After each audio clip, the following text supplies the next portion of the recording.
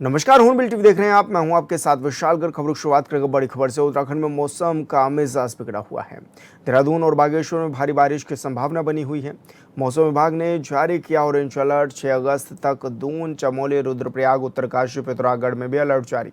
बागेश्वर, टिहरी गढ़वाल, चंपावत और नैनीताल में भी येलो अलर्ट जारी। भूस्खलन संभावित क्षेत्रों में अनावश्यक यात्रा से बचने की भी की गई अपील।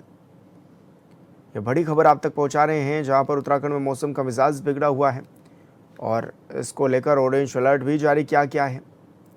तो 6 अगस्त तक देहरादून, चमोली, रुद्रप्रयाग, उत्तरकाशी और पिथौरागढ़ में अलर्ट जारी किया गया है। बागेश्वर, टिहरी गढ़वाल, चंपावत में और नैनीताल में भी येलो अलर्ट जो है वो जारी किया गया है।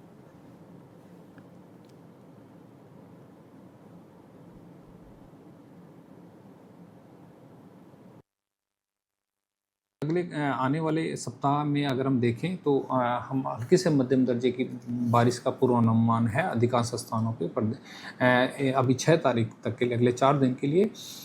और उसके बाद अगले 3 दिन जो है हमारे जो 9 तारीख तक रहेगा, उसमें अनेक स्थानों पे हल्के से मध्यम दर्जे की बारिश प्रदेश में जो है लगभग सभी जनपदों में देखने को मिल सकता है। अभी वार्निंग जैसे आपने बताया, वार्निंग जो हमने ऑरेंज अलर्ट अगले 24 घंटे के लिए दिया, अभी सिर्फ 2 अभी जनपद में दिया है, बागेश्वर और देहरादून जनपद है उसमें, जहाँ पे कि भारी बारिश के अलावा जो है वर्षा के तीव्र से अति तीव्र दौर होने के चांसेस बने हुए हैं।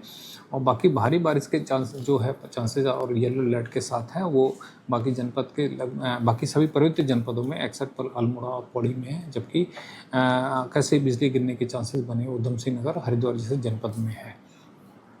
तो अगले 4 तारीख में और 4 तारीख से लेकर के अगर हम देखें 7 तारीख तक के, उसमें भी विभिन्न जो है जनपदों में जो भारी बारिश के जो चांसेस बने हुए हैं, आकाश से बिजली के चांसेस या वर्षा के तीव्र दौर है, उसमें के लिए हमने येलो अलर्ट जारी करा हुआ है, जो कि आप हमारे वेबसाइट में भी अपडेट ले सकते हैं। उत्तराखंड में मौसम का मिजाज बिगड़ा हुआ है। पहाड़ से लेकर मैदान तक झमाझम बारिश लगातार जारी है। ऐसे में राजधानी देहरादून में भी रुक रुक कर तेज बारिश का दौर जारी है। मौसम विभाग ने उत्तराखंड में मौसम को लेकर पहले से ही अनुमान लगाया गया था, जो कि सटीक साबित होता हुआ नजर आ रहा है। राजधानी देहरादून समेत कई पर्वतीय क्षेत्रों में भी बारिश का दौर जारी है। मौसम को लेकर येलो अलर्ट भी जारी किया गया है और ऐसे में लोगों से सतर्कता बरतने की भी अपील की गई है। जो लोग चारधाम यात्रा पर जा रहे हैं उनसे भी अपील की गई है।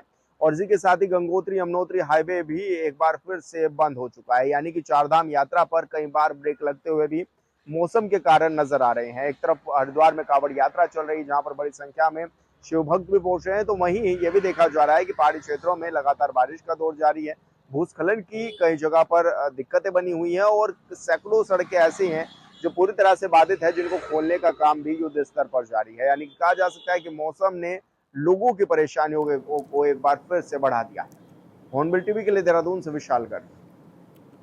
आगामी चुनाव और विशेष गहन पुनरीक्षण एसआईआर की प्रक्रिया को देखते हुए उत्तराखंड प्रदेश कांग्रेस ने प्रदेश कार्यालय में कंट्रोल रूम की स्थापना कर दी है, जिसका विधिवत उद्घाटन भी किया गया। कांग्रेस का कहना है कि कंट्रोल रूम के माध्यम से एसआईआर की प्रक्रिया पर नजर रखी जाएगी और जिन मतदाताओं के नाम बिना वजह काटे जा रहे हैं या जुड़ नहीं पा रहे हैं, उनकी मदद भी की जाएगी।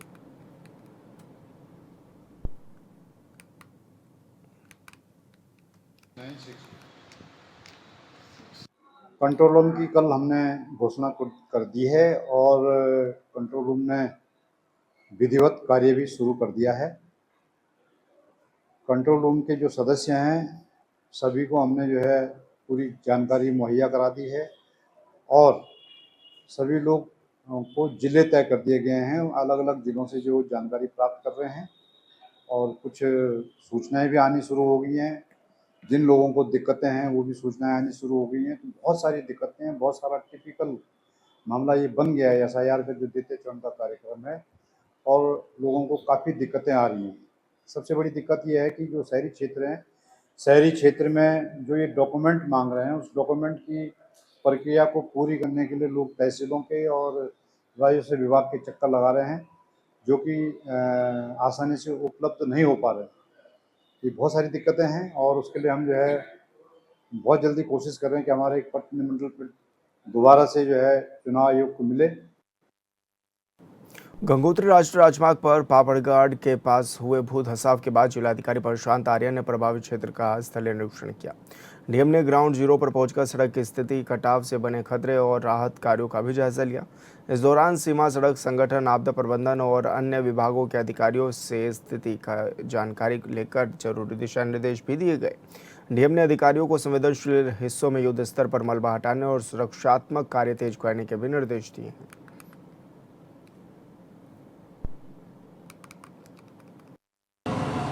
रोड है जो एनएच है हमारा बीआरओ का, उसमें रोड थोड़ा धंस रही है, जिसको हम सबसिडेंस मूवमेंट कहते हैं जियोलॉजी में।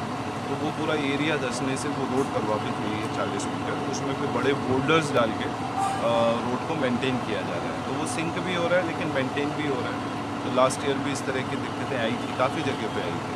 तो ऐसा भी कोई दिक्कत नहीं है। हाँ, रात में हम लोगों ने उसको ट्रैफिक को मना किया है, 9 बजे के बाद रात में ट्रैफिक नहीं चलाएंगे। और वर्तमान में अभी रोड चालू है, रात में काम हुआ है उसमें, रोड अभी गतिमान है। बीआरओ के कहना है कि थोड़ा वो हिल साइड रॉक कटिंग करेंगे ताकि सेफ्टी बनी रहे, या रूट की भी और यात्रा भी चलती रहे, कांवड़ मूवमेंट भी चलता रहे। श्रावण मास में बद्रीनाथ धाम भगवान श्री हरि के भक्तों के साथ साथ शिव भक्त कांवड़ियों की आस्था से भी गुलजार है। देश भर से पहुंचे कांवड़िये बोल बम, जय बद्री विशाल के जयघोष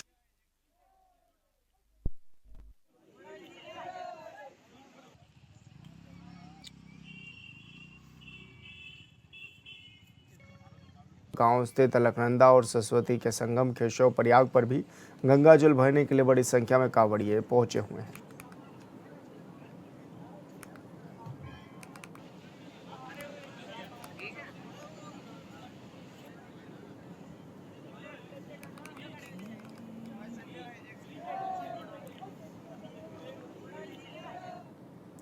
नगर पालिका परिषद मसूरी की बोर्ड बैठक हंगामे की भेंट चढ़ गई। बैठक शुरू होते ही सभासद सचिन गुहे ने अपने ऊपर लगाए गए कथित लेन देन के आरोपों के विरोध में सदन के बीच धरना शुरू कर दिया। उनके समर्थन में कई सभासद भी धरने पर बैठ गए, जिससे बैठक की कार्यवाही कुछ समय के लिए बाधित हो गई। इस दौरान सभासदों ने आरोपों की निष्पक्ष जांच की भी मांग की।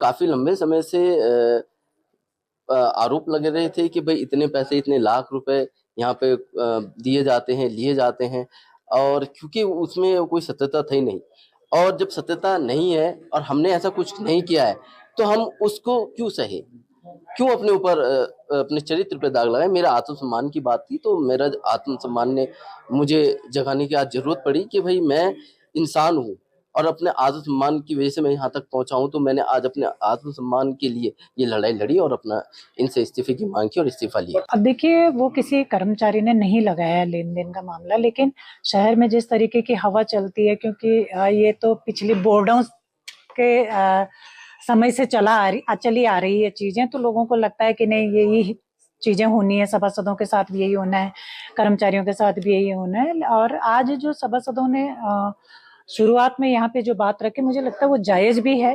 वो आहत है इन सारी चीजों से, क्योंकि शहर में लोग जगह जगह जिस तरीके की बातें हैं उनसे खिलाफ कह रहे थे, तो मुझे लगता है उन्होंने जो किया वो जायज था, होना भी चाहिए।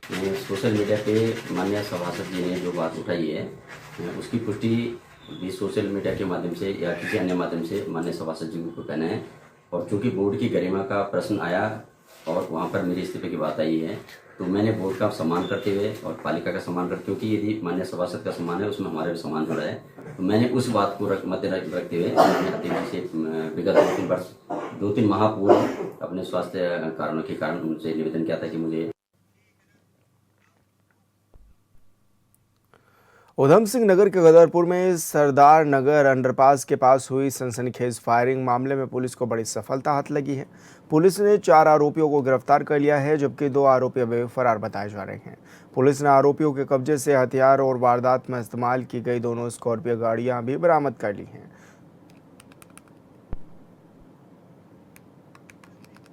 दिनांक 27 को सहजपाल सिंह द्वारा एक तहरीर दे दी गई, जिसमें उनके द्वारा ये बताया गया कि रुद्रपुर से वो लोग वापस आ रहे थे, तो वापस आते वक्त 2 स्कॉर्पियो वाहनों से उनका पीछा किया गया था और गदरपुर जो जहाँ पे मैं बात कर रहा था सरदार नगर अंडरपास पे, वहां पे उनके साथ में 2 वाहनों में जो व्यक्ति बैठे हुए थे उनके साथ में एक पुरानी रंजिश को लेकर आपसी झगड़ा हुआ और उसी दौरान सौरभ कुमार जो इसमें मुख्य अपराधी है, उसने गोली चलाई जिसमें गगन उपल जो विक्टिम है उसको गोली लगी हुई थी पैर में, जो अभी उपचाराधीन है। इसमें इनका पुरानी रंजिश जो है वो पाजपुर में जुलाई के महीने में जो गगन उपल है उसके द्वारा जो इस घटना का जो मेन अभियुक्त है सौरभ कुमार, इसके साथ भी मारपिटाई की जाना प्रकाश में आया है। जो पहाड़ों पर बारिश का कहर बनकर टूट रही है। जौनसार बाबर में लगातार हो रही मूसलाधार बारिश से कई प्रमुख सड़कें भूस्खलन की चपेट में हैं। जगह जगह पहाड़ियों से मलबा और बोल्डर गिरने से यातायात बाधित हो रहा है। हालात ऐसे हैं कि सड़कें खुलते ही दोबारा बंद हो जा रही हैं। लोक निर्माण विभाग की टीमें लगातार मलबा हटाने में जुटी हुई हैं, लेकिन बारिश राहत नहीं दे रही है।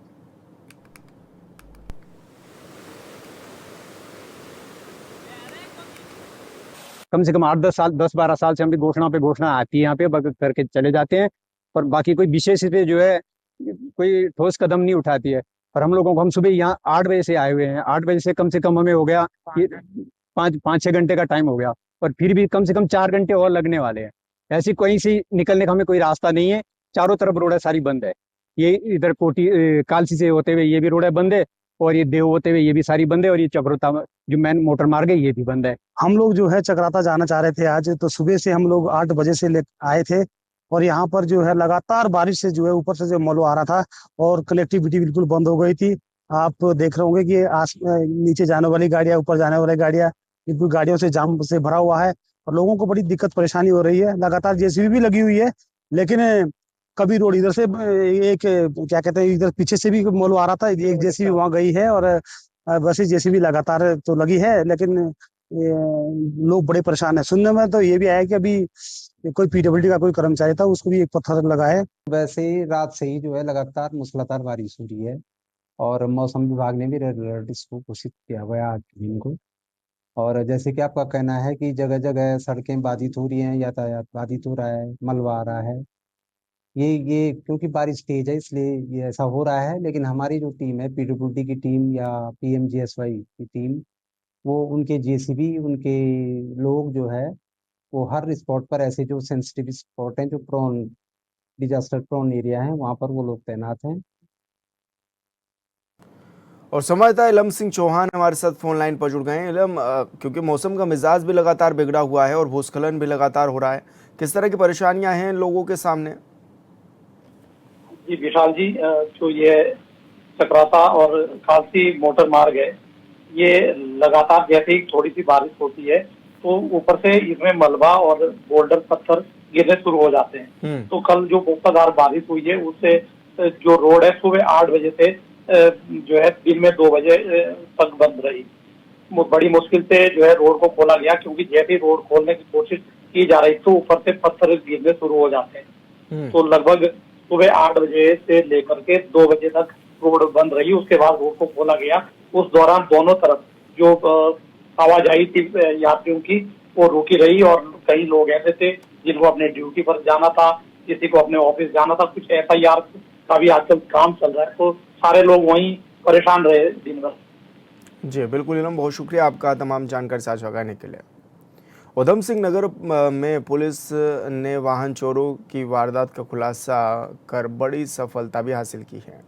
दरअसल बाजपुर पुलिस ने महज 12 घंटे के भीतर वाहन चोरों को गिरफ्तार कर 3 चोरी की मोटरसाइकिल भी बरामद की है। पुलिस ने आरोपियों को गिरफ्तार कर न्यायालय में भी पेश कर कार्रवाई शुरू कर दी है।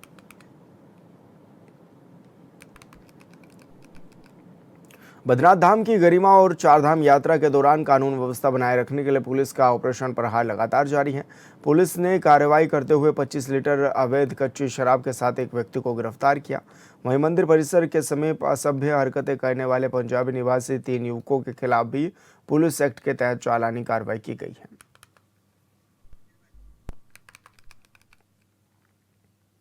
आदिगुरु शंकराचार्य की तपस्थली ज्योतिर्मठ बद्रिकाश्रम हिमालय में इन दिनों भव्य चातुर्मास व्रत महोत्सव का आयोजन किया गया है। महोत्सव के पहले चरण में 1 अगस्त से 5 अगस्त तक पूज्य गोपाल मणि महाराज की ओर से धेनु मानस गो कथा का वाचन भी किया जा रहा है।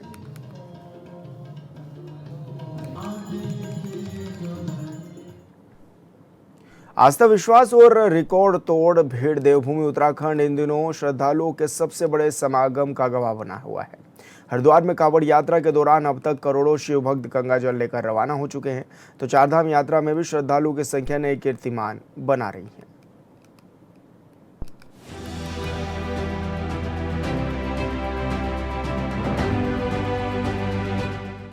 हर हर महादेव की जयकारे, गंगा घाटों पर उमड़ती आस्था और हिमालय की वादियों में गूंजता श्रद्धा का स्वर। सावन के महीने में उत्तराखंड इस समय 2 सबसे बड़ी धार्मिक यात्राओं का केंद्र बना हुआ है। एक और हरिद्वार से शुरू हुई कांवड़ यात्रा, तो दूसरी और चारधाम यात्रा। सरकार का दावा है कि इस बार दोनों यात्राओं में श्रद्धालुओं की संख्या रिकॉर्ड स्तर की ओर बढ़ रही है। वहीं हरिद्वार में जारी कांवड़ यात्रा के दौरान अब तक 2 करोड़ 50 लाख से अधिक कांवड़िए गंगा जल लेकर अपने गंतव्य की ओर रवाना हो चुके हैं। यात्रा अभी जारी है और ऐसा माना जा रहा है कि यह संख्या पिछले सभी रिकॉर्ड तोड़ेगी। इसी वजह से सुरक्षा, ट्रैफिक, स्वास्थ्य सेवाओं और सफाई व्यवस्था के लिए बड़े स्तर पर इंतजाम किए गए हैं। ये सब भगवान भोलेनाथ की कृपा है कि हम लोगों को हर वर्ष शिव भक्तों का, कांवड़ियों का वंदन करने का, उनकी सेवा करने का अवसर मिलता है। हम सभी सौभाग्यशाली हैं और हमारी भगवान भोलेनाथ से प्रार्थना है कि सभी शिव भक्तों की जो यात्रा है वो अच्छी हो, सुकुशल हो, अपने स्थानों पर लोग जाएं। और यहाँ पर हमने शिव भक्तों से अपील भी की है कि हम उनके स्वागत के लिए पूरी तरह से हर प्रयास कर रहे हैं, सभी प्रकार की व्यवस्थाएं कर रहे हैं। यहाँ पर स्वास्थ्य शिविर भी लगाया गया है, अन्य व्यवस्थाएं भी की गई हैं। बहुत सारे जो हमारे धर्म के लिए काम करने वाले लोग हैं, उन्होंने भंडारों का आयोजन भी किया हुआ है। प्रशासन की भी सभी व्यवस्थाएं हैं, घाट हो, चाहे ट्रैफिक की व्यवस्था हो, आवास की व्यवस्था हो, पेयजल हो, बिजली हो, सुरक्षा के प्रबंध सब किए गए हैं। उधर चारधाम यात्रा भी इस वर्ष नए कीर्तिमान बना रही है। सरकारी आंकड़ों के मुताबिक केदारनाथ, बद्रीनाथ, गंगोत्री, यमुनोत्री और हेमकुंड साहिब सहित चारधाम यात्रा में 105 दिनों के भीतर 45 लाख से अधिक श्रद्धालु दर्शन कर चुके हैं। हालांकि भारी बारिश और भूस्खलन के कारण कुछ दिनों के लिए यात्रा रोकी भी गई थी, लेकिन मौसम सामान्य होने पर यात्रा फिर से शुरू कर दी गई। वहीं 1 मई से शुरू हुई आदि कैलाश और ओम पर्वत यात्रा में अब तक 52,441 से अधिक श्रद्धालु दर्शन कर चुके हैं। ये संख्या प्रधानमंत्री नरेंद्र मोदी के दौरे के बाद कई अधिक बढ़ गई है। लगातार रिकॉर्ड तोड़ रही श्रद्धालुओं की संख्या को सरकार अपनी तैयारियों और इंफ्रास्ट्रक्चर विकास का परिणाम बता रही है। सरकार का कहना है कि सड़क संपर्क बेहतर हुआ है, यात्रा प्रबंधन को तकनीक से जोड़ा गया है, ऑनलाइन रजिस्ट्रेशन, कंट्रोल रूम, स्वास्थ्य सुविधाओं, आपदा प्रबंधन और सुरक्षा व्यवस्था को पहले से ज्यादा मजबूत बनाया गया है। सरकार का दावा है कि इन्हीं व्यवस्थाओं के कारण बड़ी संख्या में श्रद्धालु उत्तराखंड पहुंच रहे हैं और उत्तराखंड इसी प्रकार तीर्थाटन का सबसे बड़ा केंद्र बनता जा रहा है। सभी से शिव भक्तों से अनुरोध करते हैं, उनसे प्रार्थना करते हैं कि वो जो यात्रा के नियम हैं, दिशा निर्देश जो जारी किए गए हैं, उन दिशा निर्देशों का भी पालन करें, अपनी सुरक्षा का भी और अपने अन्य सह यात्रियों का भी सुरक्षा को ध्यान में रखकर यात्रा में अपने गंतव्य की ओर बढ़ें। और अभी तक सकुशल यात्रा चल रही है और 1 करोड़ से ज़्यादा श्रद्धालु यहाँ पर आ गए हैं। इस वर्ष क्योंकि कांवड़ यात्रा के बाद बड़ी मात्रा में यहाँ पर वेस्ट इकट्ठा हो जाता है, इसलिए यहाँ पर ये एक बायो पॉलीथीन यहाँ पर बनाई गई है और इसमें चूँकि ये स्वयं ही डिस्पोज हो जाएगी और ऐसा बहुत सारा जो वेस्ट है उसको इकट्ठा किया जा रहा है। मैं सभी से ये भी कहूँगा कि प्रशासन ने जो व्यवस्था की है यहाँ पर उसका भी ध्यान करते हुए उसमें भी स्वच्छता व्यवस्था को भी बनाए रखने में भी अपना योगदान दें। वैसे देखा जाए तो धार्मिक पर्यटन का ये सबसे बड़ा दायरा राज्य की अर्थव्यवस्था के लिए भी बड़ी राहत माना जा रहा है। होटल, धर्मशालाएं, टैक्सी संचालक, स्थानीय व्यापारी, प्रसाद विक्रेता, घोड़ा खच्चर संचालक और हजारों छोटे कारोबारियों की आय में भी बढ़ोतरी देखने को मिल रही है। ऐसा भी देखा जा रहा है कि धार्मिक पर्यटन उत्तराखंड की अर्थव्यवस्था का एक प्रमुख आधार बन चुका है। हालांकि रिकॉर्ड भीड़ के साथ चुनौतियां भी कम नहीं हैं। पहाड़ी इलाकों में बारिश, भूस्खलन, ट्रैफिक दबाव और श्रद्धालुओं की सुरक्षा प्रशासन के लिए लगातार परीक्षा बनी हुई है। लगातार पहाड़ों में हो रही बारिश के कारण चारधाम यात्रा मार्ग जगह जगह से प्रभावित हो रहा है। और फिलहाल इस बुलेटिन में मेरे साथ इतना ही। आप देखते रहिए हॉर्नबिल टीवी। नमस्कार।